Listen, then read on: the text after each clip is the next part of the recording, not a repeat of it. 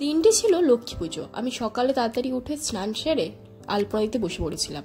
জানি লক্ষ্মী পুজো হয় সন্ধ্যের দিকে, কিন্তু যাতে আলপনাটা ভালোভাবে শুকিয়ে যায় তাই আমি দেরি না করে তাড়াতাড়ি আলপনাটা দিতে বসে গেছিলাম।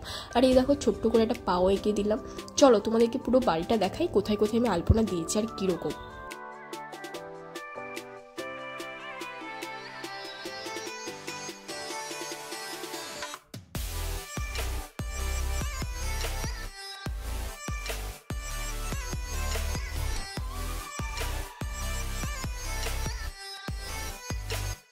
আর এই যে তোমরা ছোট্ট ছোট্ট লক্ষ্মী গণেশের মূর্তিগুলো দেখছো, এটা আমার একটা জেঠিমার।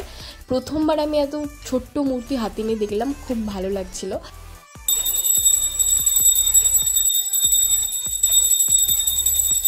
এদিকে মায়ের পুজো প্রায় শেষের পথে, আর আমি এখানে অপেক্ষা করছিলাম কখন প্রসাদ খাবো পুজোর।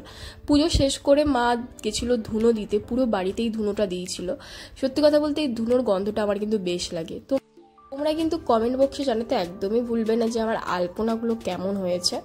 এই আমি পুজোর দিনগুলোতেই এই আলপনা দিই, নাহলে খুব একটা দিই না। তারপর আমি একটু মাকে পুজোর জিনিসপত্র গোছাতে হেল্প করছিলাম। দেন আমরা চলে গেছিলাম প্রসাদ খেতে সবাই মিলে। সো আজকের জন্য এতটাই, দেখা হচ্ছে আবার অন্য কোনো ভিডিওতে। আজকের জন্য টাটা।